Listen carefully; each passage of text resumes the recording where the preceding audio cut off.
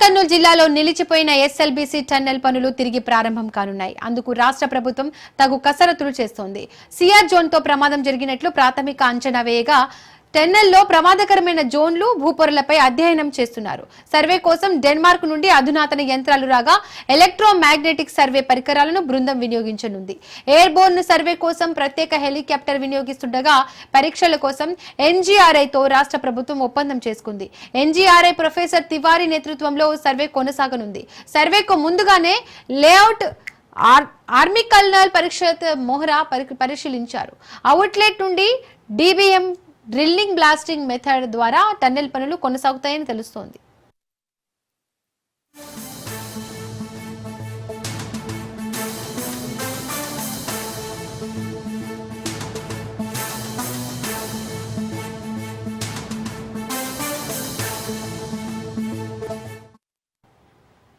ఈ అంశానికి సంబంధించి మరిన్ని డీటెయిల్స్ మా ప్రతినిధి సాగర్ అందిస్తారు. సాగర్, రైట్, ఎస్ఎల్బీసీ సొరంగం తవ్వకంలో టన్నెల్ బోరింగ్ యంత్రాల వినియోగంలో సవాళ్ల పరంపర కొనసాగుతుందని చెప్పుకోవచ్చు. ఎందుకంటే శ్రీశైలం వైపు టీబీఎం పూర్తిగా ధ్వంసం కాగా ఇటు అవుట్లెట్ వైపు కూడా టీబీఎం పరికరాలు పనిచేయడం లేదంటూ కూడా గతం నుంచి కూడా చెప్పుకుంటూనే వచ్చారు.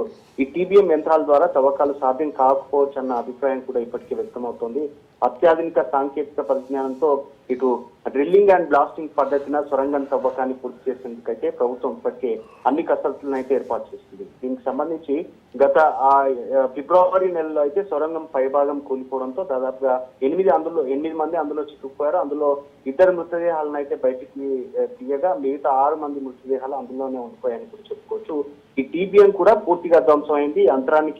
యంత్రానికి సంబంధించి కూడా కొద్దిపాటి సామాగ్రిని అంతా కూడా పూర్తిగా కత్తిరించి బయటికి తీశారు. మిగతా ఏదైతే పెద్ద భాగం ఉంటుందో అక్కడే వదిలేసే పరిస్థితి కూడా కనిపించింది. ఎందుకంటే అక్కడ పూర్తిగా ఆ ప్రాంతం అంతా కుంగిపోయింది. అదంతా కూడా షీట్ జోన్ ఉన్నందున దాన్ని పెద్ద టన్నెల్ బోరింగ్ మిషన్ కి సంబంధించిన భాగాన్ని అలాగే వదిలేసేయాల్సిన పరిస్థితి కూడా కనిపించింది. అంతేకాకుండా ఇటు అవుట్లెట్ వైపు కూడా ఉన్న టీబీఎం కూడా పనిచేయడం లేదు. గతంలో నుంచి కూడా దీనికి సంబంధించి టన్నెల్ బోరింగ్ మిషన్ కి సంబంధించి బేరింగ్ దెబ్బతినడంతో ఆర్డర్ ఇచ్చామంటూ కూడా గతంలో చెప్పారు. ఆ బేరింగ్ కు సంబంధించి కూడా కొద్ది రోజుల క్రితమే ఆ బేరింగ్ కూడా అక్కడికి వచ్చినట్టు కూడా తెలుస్తుంది. అంతేకాకుండా టన్నెల్ బోరింగ్ కు సంబంధించి పూర్తిగా ఇంకా చాలా వరకు కూడా లోపల ఉన్న కొన్ని భాగాలు పనిచేయడం లేదంటూ కూడా కంపెనీకి సంబంధించిన యాజమాన్యం చెప్పింది. ఇప్పటికిప్పుడు ఆర్డర్ ఇచ్చినా కూడా పరికరాలు తీసుకురావడం చాలా సమయం పడుతుందంటూ కూడా ఇటు కంపెనీకి సంబంధించి ఎస్ఎల్బీసీ టన్నెల్ పనులను చేస్తున్న కంపెనీ కూడా చెప్తున్న పరిస్థితి కూడా కనిపించింది. మొత్తానికి